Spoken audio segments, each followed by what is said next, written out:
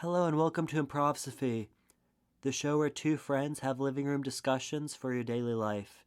Today we'll be talking about C.S. Lewis's The Four Loves, and the love we'll be talking about this podcast is affection.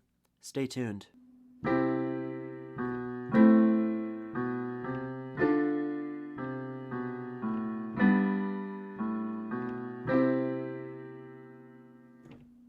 All right. That's good tea. It is. What are you drinking today? Sleepy time tea, Sleepy herbal tea, time. It's herbal tea, caffeine free, celestial seasonings. No sponsors. We're off to a great start. Yes. Well, you better not fall asleep during this. Nah, I just needed something for my throat. All right, so today we are on the first love of C.S. Lewis's Four Loves, called affection. Just some context. Affection, C.S. Lewis views as kind of the broadest love. The image that he uses is like a mother puppy, kissing all the little puppies in the litter. That it's kind of like a love that's like distributed to all those around them. And yeah, so that's the image he uses, and it's kind of an affection that has humble beginnings. It starts off very small. You might not know you have affection for someone, and then it sneaks up on you, and you learn that you really appreciate someone's company who has been around you a while. That's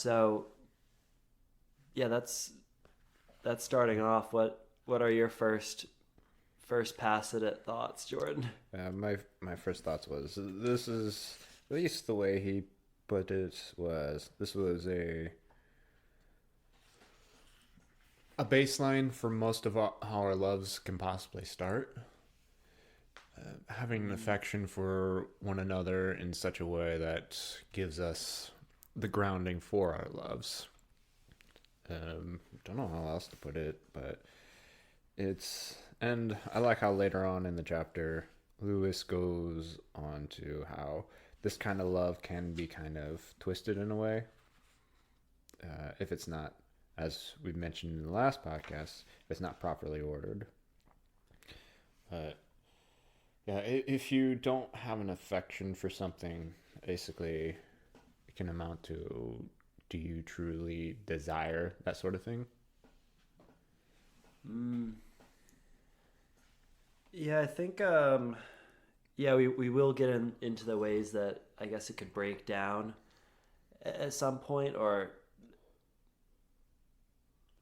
people could think they're doing something out of love, but they're like, pampering an animal to death, or something. So C.S. Lewis, he also thinks that affection is the most animalistic of loves. Do you think you could describe why that is, Jordan?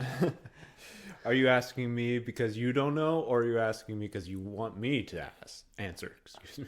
I think you get more information if you have a clumsy answer than if you just matter-of-factly say things. So I like how you asked me. So the question you were asking was basically, why is it that C.S. Lewis thinks that affection is the basis of loves, or not basis, but the grounding of loves, or it's more animalistic.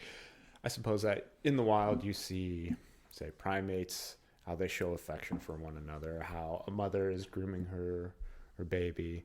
You can also see it, even if you have got a litter of puppies at home, how the mother dog is being affectionate towards her puppies, or the mother cat is being affectionate towards a kitten.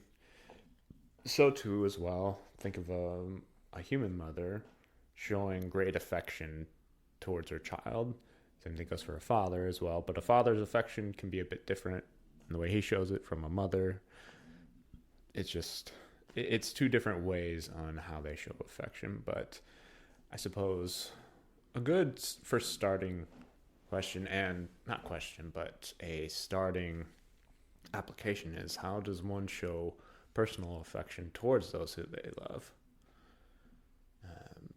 I suppose a good starting is outward expression, obviously, while at the same time maintaining an inward affection. So I guess a good way of putting it is, how do we know if we have an inward affection towards another person? What do you think, Cory? Yeah, as far as affection for me, I like back scratches, just to be very down to earth. I also like people playing with my hair, or vice versa. But yeah, I think something C.S. Lewis was saying about affection is that it doesn't, it can kind of extend to all people. Like, you can be friendly with people that you don't have the same goals with. You can just, just be like gentle and kind to them. And it doesn't have to mean you have a super deep ethical obligation.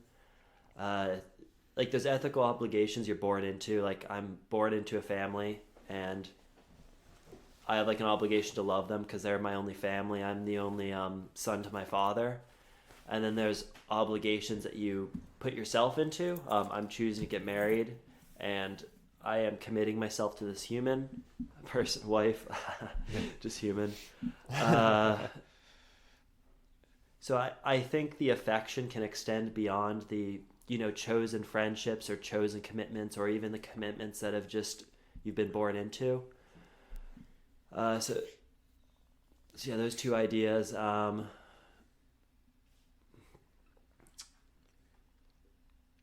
Yeah, I guess I wouldn't ask strangers to scratch my back. I like you, Cory, but I don't know if I like you that much. Yeah, it's just two guys at a microphone, very apart. Yes, two guys 5 feet away. We are about 5 feet, yeah. Yeah, I think I do like what you're saying about, I think you answered that super well with the animal, like the instinctual part of affectionate love, that in the evolution of love, or to the point that creatures became conscious of the reality of love, it does start with attachment between parents and offsprings, between, like birds and their eggs, or whatever, or especially mammals, because they have to breastfeed, so there's even an additional amount of attachment even after birth.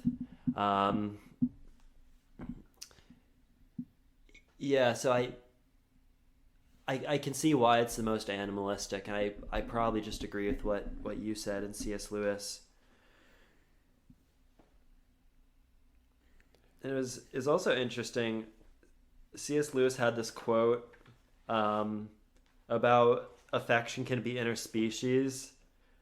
He gives the example of someone owning a dog and a cat, and the dog like tries to groom the cat, and it's this weird like ecology experiment where two things that don't know each other, like neither one's predator, neither one's prey, they're kind of equal, and then there's this strange transference of affection.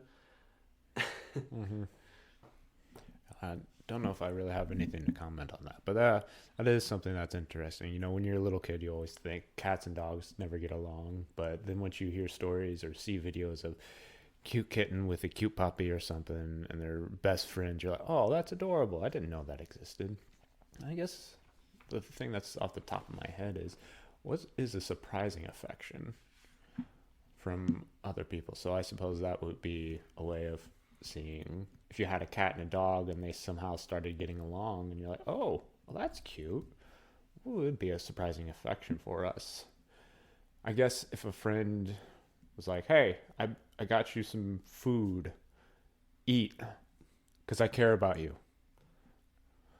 Did you ask for food, or is this demand? No, this is more of if a friend was out and they call you, say, hey, I'm out and I'm heading over to you. Do you want something to eat? I suppose that could be a sense of surprise affection. No, I suppose that could also be a sense of agape, but Lewis doesn't go into agape love in his book. Although he might later on. I haven't gone on later. Yeah, and another note with affection being animalistic, and it's very baked into instincts. Starting off the chapter, I begin with the humblest and most diffused loves, which we already mentioned that affection starts kind of as slow and humble beginnings. And let me add at once, I do not on account give it a lower value. Nothing in man is either better or worse for being shared with the beasts. So just because there is this instinct element of affection doesn't mean it's like more or less beautiful. Although there are specific pitfalls of it being instinctual, like you can have someone being overprotective or something associated with instinct that like becomes a problem, but it doesn't. It can still be beautiful. It doesn't have to be something to make cynical. Yeah. I wonder how it can be viewed as something that's beautiful. I suppose, as we've mentioned already, seeing it not so much even with amongst animals, but I suppose amongst friends, seeing how they can treat one another. Think about aggressive affection amongst guys, where some of them, it's almost as if though you think that they're insulting each other, but as a matter of fact, it's a term of endearment. Like, I don't know, this is going to be a lame excuse, but like, dude, did you get your hair cut from a weed whacker? It's like, no, I got it cut from your mom or something like that. I don't know. But they're doing it in a spirit of what's the word that people use? Jest. Or yeah, and camaraderie. Because they know that they're not trying to be hurtful with one another. And Lewis mentions that later on in the chapter as well, how it depends on the tone and the context of how a thing is being said. Yeah, it's actually funny because my examples are like back scratching and playing with hair, and then yours is like the super masculine, like, dude, bro, let's throw the pigskin around. Yeah. And I was like, wow, I just realized how feminine my examples were. Hey, it's okay. Different people do different things. Oh man, this is too good. I lift 5,000 pounds. You like to go out and, I don't know, lift your, I don't know. This joke fell flat. Oh, it happens to the best of us. So far so good. Yeah, and then later on he just repeats that just because there's four loves that they can mix together. He uses the example of a mixed drink, like, oh, affection can be like gin in a mixed drink, and it can mingle and have a conversation with friendship or eros or charity. The three other loves, by the way. Sorry to give it a spoiler there. Yeah, that's a good note. Just flipping through my notes here. Oh, he also mentions the difference between a kiss of affection and a kiss of eros. Yeah, I remember that. Any thoughts on that? No, so if I were to go across the table and give Cory a nice kiss on the forehead, you could consider that a kiss of affection. But if I were to, say, go a little, well, I'm just not going to go more graphically detailed. You might get a punch of affection. But it would depend on, as mentioned, the context and the people who you're mixing with. Like, I think you can kiss a kid on the head, and it's not like you're going to be a predator type situation. You're not going to be put on a registry where you're going to have to go around town saying, "Hey," you knock on the door and say, "Hey, I have to let you know I'm this sort of thing." I don't want to say it, but maybe if this podcast show grows to an exponential length, I'll go into more detail. I guess it's up to the viewers. But yeah, you gotta burn your bridges before you cross them or whatever. Wait, what am I saying? No, don't burn your bridges. But there's a funny metaphor saying, "We'll burn that bridge when we cross it." Oh yeah, the Malaphor. Yeah. It's like saying rather than it's water under the bridge, it's water under the dam. Yeah. I have a coworker that always says those. I'll kill 2 stones with 1 bird, that kind of thing. Yeah, and I think so. He talks about, and I like where this is going. I'm just gonna keep the flow of, That's fine. of just trying to almost recreate his chapter just over speech, and then if we want to read the text and fill in some gaps, we could. But I think we're rolling pretty well. Yeah, I'm good with that. Yeah, I think so. He talks about what I call a balanced form of affection. At one side of the spectrum, it becomes needy. The example C.S. Lewis uses is King Lear from Shakespeare, and basically has to divide up his kingdom between his 3 daughters and their, who they're marrying, who will be the new heirs. So he's splitting his kingdom into thirds, and he just wants to be a nice guy, just wants to please them. He's like needy, wants their affection, and as a result, it doesn't get the best outcome, and the 3 kingdoms go to war, or however it ends. So on one side of the spectrum, there's this very needy version of affection. I guess it's in the case of wanting affection and almost like instinctually wanting it too much rather than it just being a natural part of life.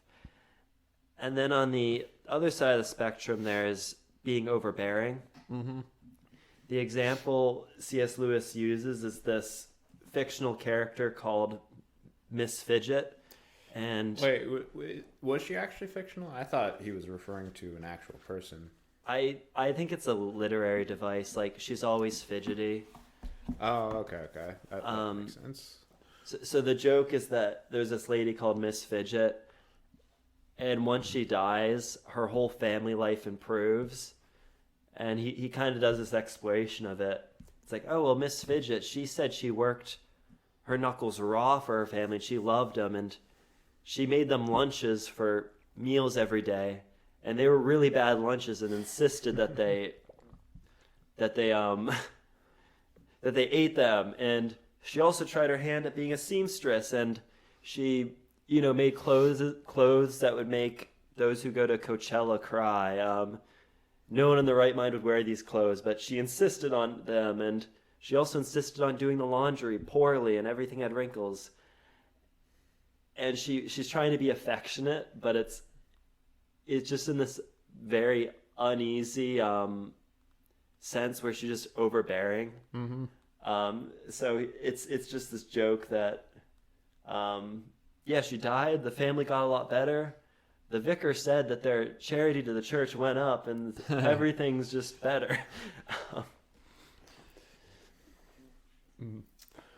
I found that was the part that I found rather interesting. Now that I guess I wasn't paying too much attention in regards to it being just a literary figure rather than a literal figure. I was thinking he was referring to somebody in his life that he knew as a Miss Fidget, but I guess not. Now that you explain, I'm like, okay, that makes sense. But I wonder if there are people like that. They actually do try to be a little bit overbearing, or not try to be overbearing, but they are a bit overbearing in their affection. And you wonder, you're just smothering me. Please, I need a little bit of space here. The overbearing mother archetype always stunts the growth of the son or daughter. Just to put in Jungian terms. Yeah. Because people need their autonomy. It's right and good for people to have some sort of dominion and to have within that dominion be able to set their own rules. So you're at my apartment right now, and I can set up an environment of how I treat you. You asked if you could make tea earlier, and I was like, yes, but I could have just said, no, I hate tea, and like thrown it out my window. Like when you have a dominion, you have this ability to create an environment for how you treat people, how you make things equitable, how you love people, and that also relates to autonomy. So for me to have my own dominion, I also need my own autonomy, and it's healthy to have that. But the overbearing mother figure, they keep their child under their roof, and therefore they don't gain autonomy because they're always under a rule set that they can't refine or develop. Mm-hmm. I think a good way of putting it is, I'm doing this for your own good. I think some parents do legitimately know where to cross the line when they say that, but unfortunately some others may have that mindset of, I'm doing this for my child's good, I'm doing this for their good, they don't know any better. I think it's when that goes beyond what it should go, and that at that point I think the child will start to become resentful towards their parent. So I guess a good example of this is a father trying to get their son or daughter this sort of job, and even if it may help them more financially, what are some other areas of their lives that they may not realize what's going on?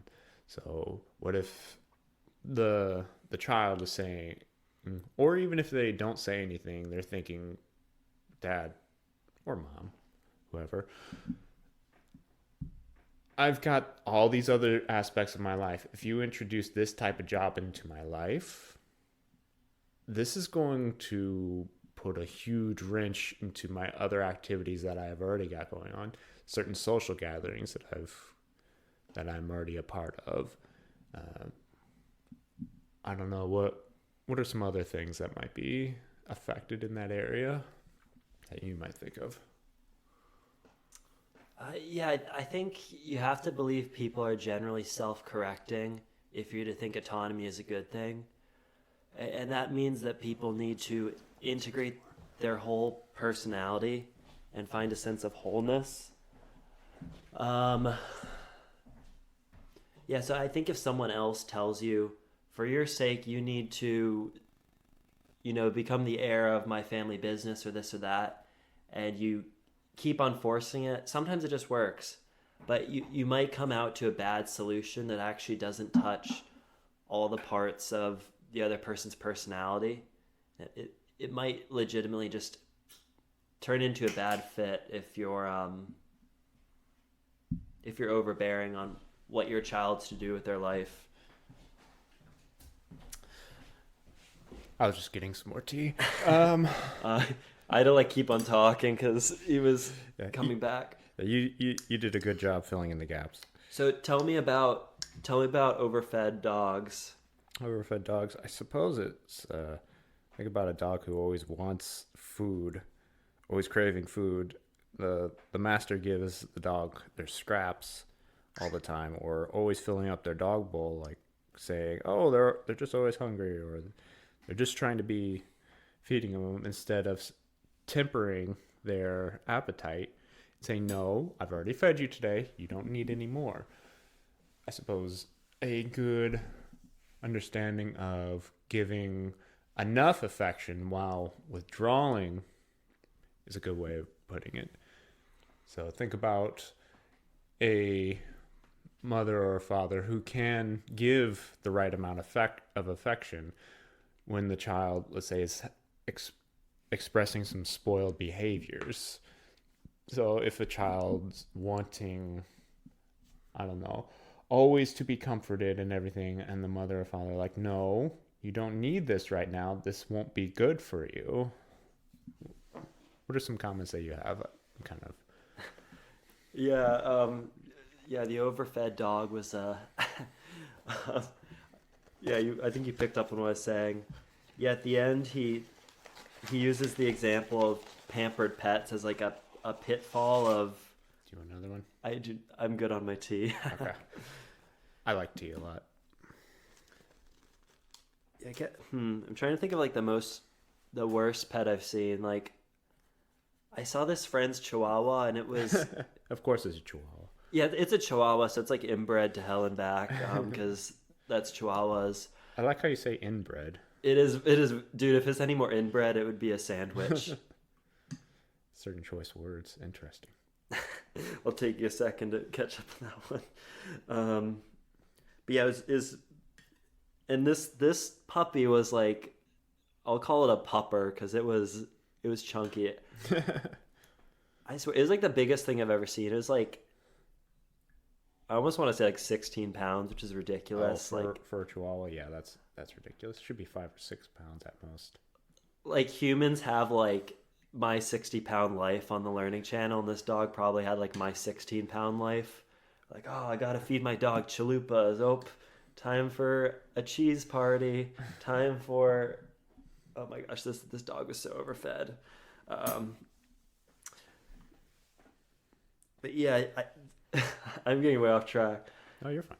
Yeah, C.S. Lewis uses the example of people that over pamper their pets as like a certain pitfall of the affection instinct, that it feels good to have something completely dependent on me, and I get to feed it and nurture it, even when the dog can't exhibit its nature properly. Like, it can't go outside and chase birds, or do all the dog things. Like, it can't dig holes.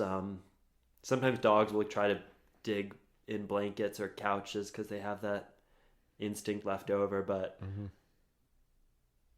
like, there's a point at pampering when it can't even exhibit being a dog properly. So that's pretty random, but that's just an example of a pitfall as far as affection, of using this maternal overbearing instinct on something that can't change you.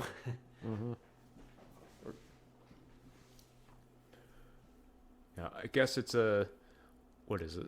Too much gift loving. An overextension of gift loving, where somebody wants to feel that sense of somebody or something needs me, and like you mentioned, the overfeeding of the dog for pampering. And Lewis also mentions monkeys. He says that those things are probably the closest thing that you can have to, I guess, over pampering. He said he was surprised to find out about that. Oh yeah, he makes a joke like, if you want closer to the real thing, if you want something that like you can pamper and it can't do anything about it, that's close to human, why don't you get a pet monkey? Yeah. That's pretty funny. Yeah. Another thing, this is kind of the last actually written down thing. He talks about the challenge to affection being change. That there's a certain amount of offense that happens when a change enters the scenario. So the kids leave the house, and the mom's offended because it kind of goes against this instinct of affection. It's like, something's changing. I don't like this. I'm angry. My kids are leaving. Or another example is, you come back to your house and all the kids are like different because they grew the heck up being in the real world. And then it's this weird like, oh, you're under my roof, and now things are super different, and there's this offense with things changing. Which, mind you, it's natural for things to change. But I guess it's one of the ways that C.S. Lewis wants us to be aware of affection and how it operates. I don't know if I really have too many thoughts on that matter. I guess it's like anything else. If you let something grow too much, it becomes too much. Not so much too much to handle, but think about putting too many apples in your arms. you have enough, but eventually if you put too many, it's just going to spill over and make a mess. I don't know why I thought of apples. It's the first thing that came to mind. Wait, what does that relate to the What I'm thinking of not is being able to handle? if you're, so think about having too much affection for a thing. Going back to the dog analogy, overfeeding it or over pampering your child, especially for the mother saying, "Oh, look how adorable they are. Let's put them in this whatever clothes that I bought for them. Let's take them around to our friends and show them off." The child may be a little afraid, but then once they get older and the parent is still treating their child like this, the child will more than likely, I assume, would be resentful, saying, "Leave me alone. I need my space right now." Yeah, there's different, I guess, responses to stunting a child's growth by pampering. Mm-hmm. I think some kids can just, just absorb it and just become really spoiled. Or some could be like the sarcastic teen, like, mom, like the mom's like picking hairs off of the kid's like clothes while he's leaving school, and it's like, mom, just give me space. Yeah.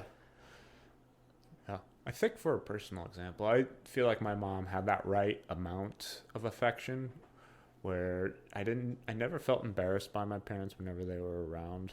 So my mom never really did anything, and all my friends really liked my parents. They thought they were cool to be around, and yeah, look how I turned out. I'd give you like a 3. No, I'm kidding. I'll give you a 3.5 then. A little bit better than me. That's the nicest thing anyone said to me. Oh man. 3.5 out of 4. What's the move? Just like I could leaf through the book one more time and see if I missed anything. Yeah. But I am. Yeah, I think for now what we can do here. Let me see here. Not all kisses are affection. There was one point.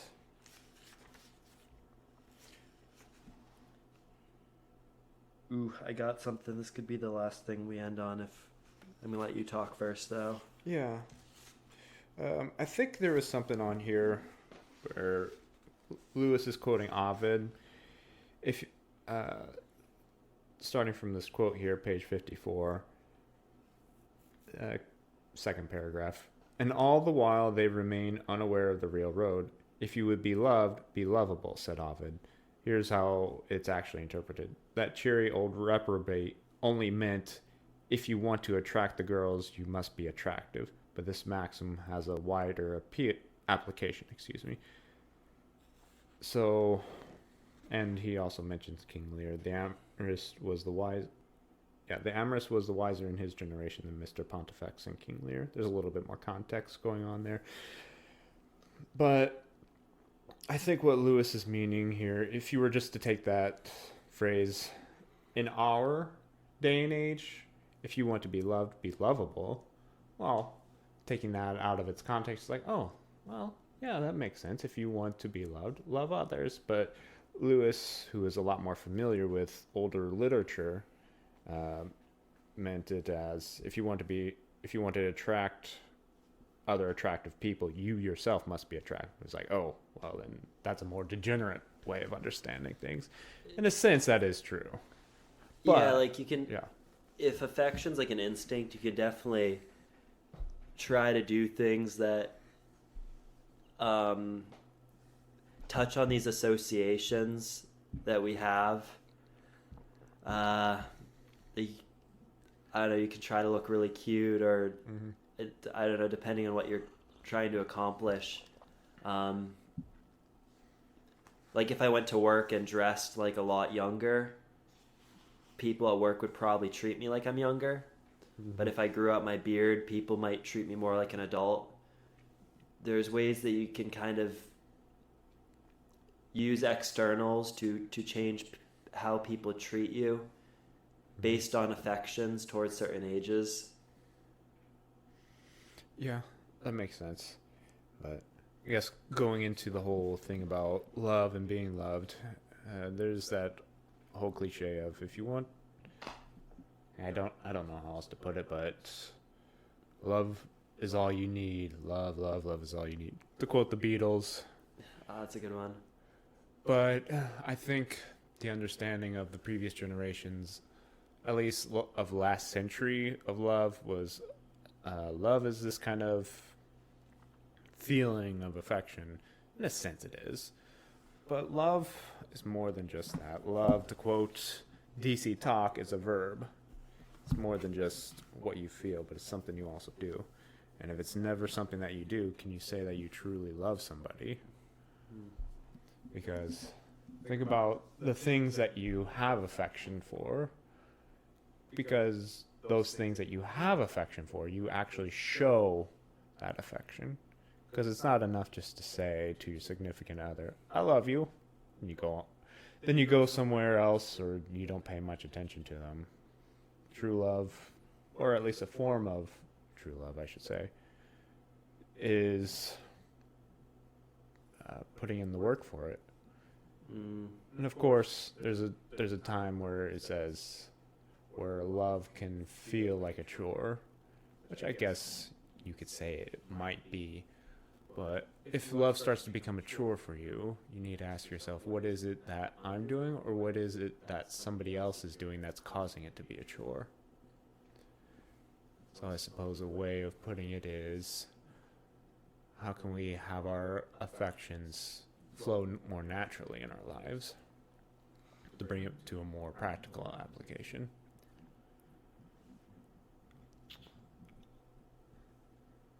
Okay, there's two ideas. I'm trying to get them together. I do want to talk about page 47, and this is going to give you like a 20 to 30% answer on your question. It's okay. 47, you said? Yeah, then it flips over to the next page. C.S. Lewis is trying to account for how with affection there can be these different tastes. That I might appreciate back scratches, and Jordan might be appreciative of being smacked on the shoulder, and I guess your mom joke is what you used earlier for your bro talk example. Yeah,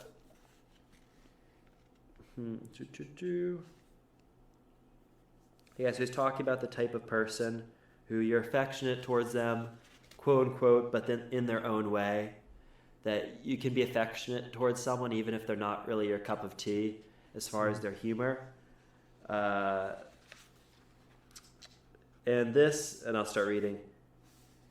And this, in your own way, means that they are getting beyond their own idiosyncrasies, that we are learning to appreciate goodness or intelligence in themselves, not merely goodness or intelligence flavored or served to suit your own palate. And then jumping down, I'm going to miss some logic. A truly wide taste in humanity will similarly find something to appreciate in the cross-section of humanity whom one has to meet every day. And I think where C.S. Lewis is going is that a perfected form of affectionate love is to have this appreciation for the whole cross-section of humanity. Some people's idiosyncrasies might rub you the wrong way, or someone might not be, like your cup of tea, but it doesn't mean you hate them. In fact, you could respect them and be affectionate to them. Like there is this completion point where you just appreciate all types in their diversity, even if you are a particular type. And I think that's the goal of affectionate love, to have this positive regard for all types around you. I'm thinking of how a dog is affectionate to almost everybody it meets. Although some dogs have different temperaments to others. Some breeds are more violent than others. Well, maybe not necessarily in their entirety, because if you go into a home, I remember going through Sherlock Holmes, and the character Holmes was mentioning how the temperament of a dog can give you an indication of how the temperament of the owner is, or it can give you an indication of how the home itself is. For instance, if you were to walk into my home, obviously at first the dogs would be excited to see you. They'd kind of jump on you a little bit, but then after a while, after a few minutes, you'll notice the dogs calm down. They kind of go in their own areas. They, as like many other dogs, like to curl up and sleep for the time until you call them over to show them affection. So as an indication for my home, you would say, well, that's probably a peaceful home to stay in because the dogs are generally at ease. While dogs that might be super hyperactive, always jumping on you, always doing something, that's probably either, now mind you, this is my armchair psychology, so don't take this as professional advice. But don't put down your dog over this. So. Yes. So if a dog is super energetic or whatever, my guess is it's probably a family that does a lot, that has high energy, or they probably have a lot of anxiety in their home. That's my theory. I would have to have some social psychologist or some vet or whatever dog psychologist come in, or some therapists come in, some sort of scientific test to see if that theory is true. But that's just an observation from what I've seen from certain places. Is it 100% true? Maybe not. I'd be willing to see if that's true or not. But regardless, I suppose that's a good way of putting it all. All right, I'm gonna stop. No, that's super interesting.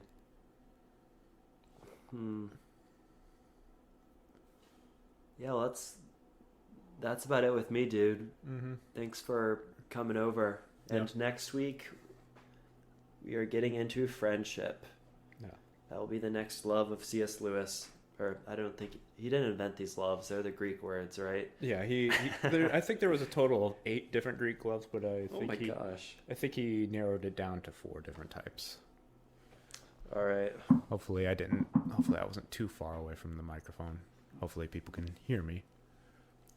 So he does 4, but you think there's 8 Greek words for love. Mm-hmm. So it might be. I can't remember them off the top of my head right now. Okay. Might be a couple extra loves hiding in between the cracks. There's always room for learning more.